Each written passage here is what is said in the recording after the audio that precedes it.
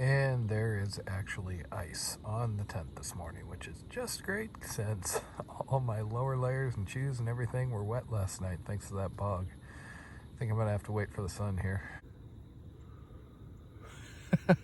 So with last night's little bog dip, my socks were basically coated with mud and then they froze with the frost this morning. So I've been trying to dry things out and kind of get the mud a little bit cleaned up. I don't have access to water or anything to really do much, so it's what it is. That really came out of nowhere. I mean, it literally was, I was just stepping around trying not to get my shoes wet, and then all of a sudden I stepped on something that was a little soggy and my leg just went down. Ended up sinking past my waist and literally having to crawl out in the dark. So that was a lot of fun. Oh well, fun of the Florida Trail, right?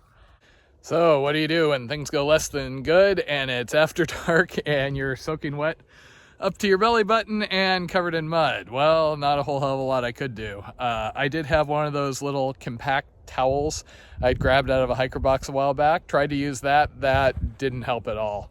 I had a little bit of water with me, but not enough to really bathe off, so I just had to kind of wipe using my dirty underwear as well as I could, and then wait for my legs to dry, and then just climb into long johns with, caked on dirt.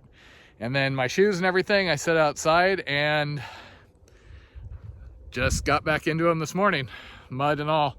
Not a whole lot else I can do. I mean, the heat and the sun will probably take care of most of that during the day. Maybe I'll get a chance to wash my socks.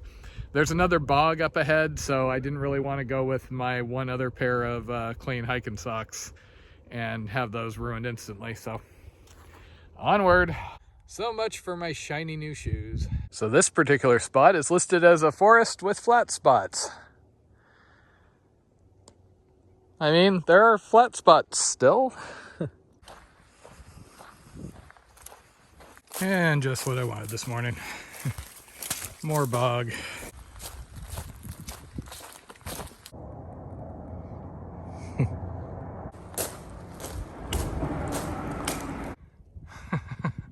Danger shallow water indeed. I'll say it right now, Florida state parks have the best bathroom facilities.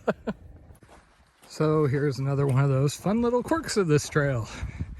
Right around Pine Log Park back there, the trail was pretty deeply underwater in places. I ended up picking my way around the flooding, bushwhacking around some stuff through these really prickly vines, and then noticing a southbounder comment that said, "Oh yeah, don't bother with any of that, just do this road." And I found that right about the time I got to a long stretch that was just completely obliterated and underwater. So this is more miles, but saves me from having to get who knows how deep or get my shoes in the mud again. One slightly large, slightly aggressive dog later, I am in the glorious garden spot that is Ebro. Here to resupply for about 3 days at the Yield Dollar General. Who knows, if I'm lucky they might even have hiker wine. Okay, no hiker wine, but plenty of food, plenty of cheese. Now onwards towards Crestview. So it's kind of interesting. It seems like after the Swanee and Oscilla sections, there wasn't that much flooding. Oh, there goes my dry feet. And then in this section, all of a sudden, we're back to flood conditions.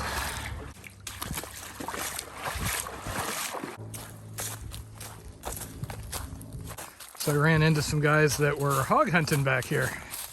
They were nice enough to give me a cold Coke. Always appreciated. So an interesting thing about this section, you see these kind of like waves in the trail? Yeah. It's been like this for a good chunk of this bit. Kind of makes for a little slower going. Okay, this is starting to look familiar from down south. Lots of ground dug up by hogs. I've seen one, but it took off as soon as it saw me. So I posted on the FT Through Hike Facebook group that I needed to buy a canister. Did anybody know where I could buy one? And this guy was nice enough to say, "I'll bring one out to you."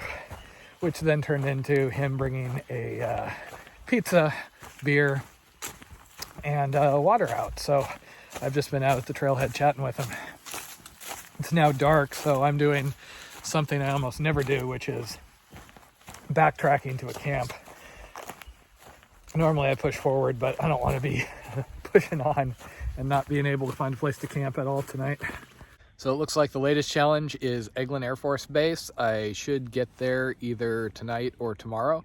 And I was told, oh, just wait till you're a day or two out and, you know, call them and they'll give you a permit to go through. It's no big deal unless there's a closure. Well, turns out there's something big going on and the trail is closed. However, it is turning out to be a little hard to figure out what parts of the trail are closed. The lady on the permit line was not overly helpful as I've been calling.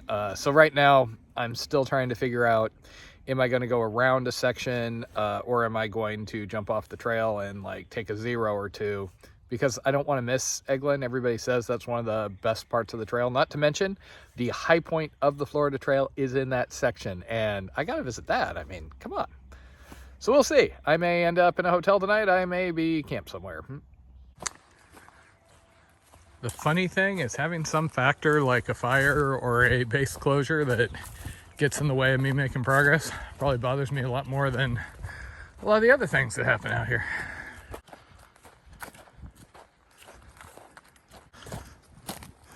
Old sprinkler system. Wonder how long this has been here.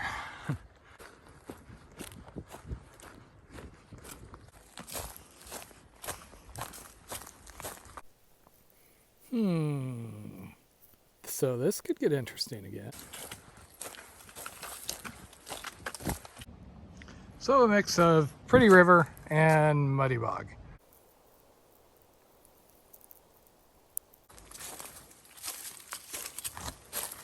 So I'm making my way here through hopefully the last muddy bit of Lafayette Creek.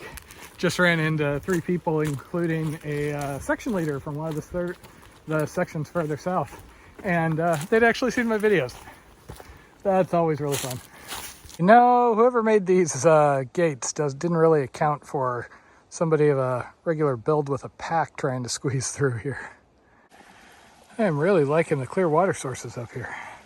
I'm still filtering, but just way nicer to drink.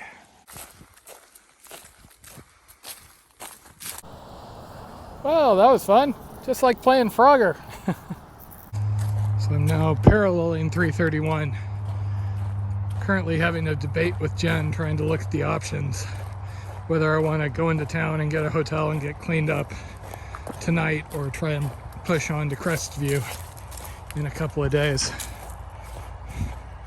Unfortunately, Uber doesn't seem to be an option in most places in Florida. Okay, so I am inside Eglin this morning. I am a little bit beat up after yesterday. Ended up stumbling on one of these bridges, and the bridges have sandpaper over the wood for grip, which is great unless your knee goes down on it. So yeah, that's gonna be annoying for a little while. I did try to go into the springs last night, or I was going to get cleaned up since I'm kind of muddy and now have an open wound. Could not find a ride for the life of me. I was texting a trail angel. I had Jen calling like taxi companies, try and Lyft or Uber. And I didn't want to walk another 6 miles up 331 in the dark, so into Eglin I went. Got to the first water source and then set up here in the bushes. So plan is push through to Crestview and then get a well-earned hotel stay and clean up a bit. So far the trail in here has been really cool, really clear, just ideal. You can hear traffic noise in the background. That was pretty much throughout the entire night, but you know, what you gotta do. Do have to say, this section had a reputation for being really nice trail, and so far it is totally living up to that. Really a shame that the permit situation is kind of messy. Nice trail, remote feel, and there's even some up and down. Now see, this is the sort of thing I love to record when somebody else is crossing just in case. So, in the spirit of fairness, na, na, na, na, na, na, na, na, na, na. Oh, I didn't even see the hand line. Well, that's just cheating. I am both really enjoying this and kind of feeling like I'm doing more gain in this section than I have in all the others outside of, hotel stairs. Once again, major trail work. I'd also kind of like to know why it's called Demon Bridge.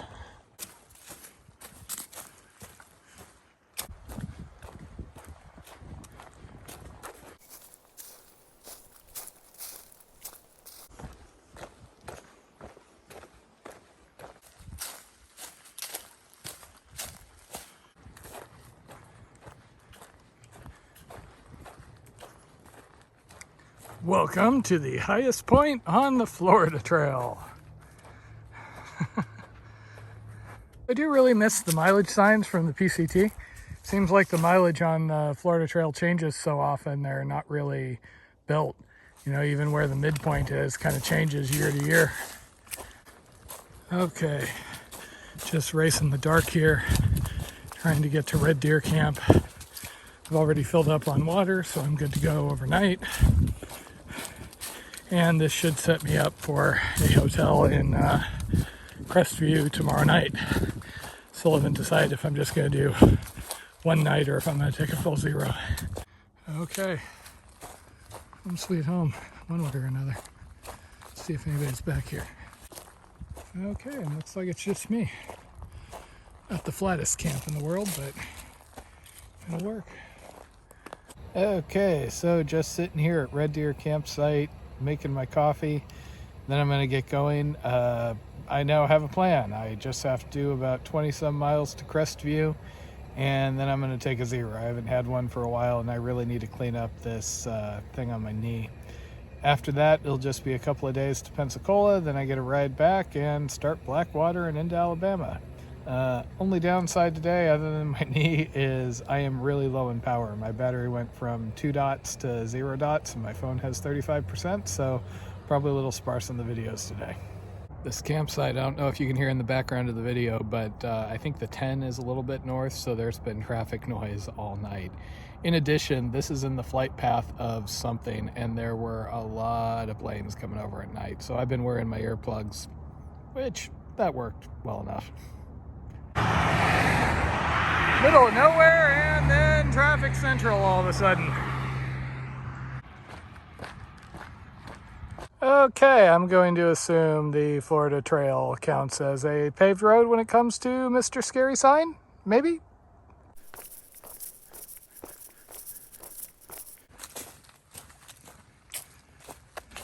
So I've been getting PCT flashbacks for the last hour here. I can smell smoke. I have no idea where it's coming from. It's not as heavy as it was during that hike, obviously, but it definitely smells like something's burning. Just when you thought I was done with TTs. TT Creek. Huh. That post is totally in my colors.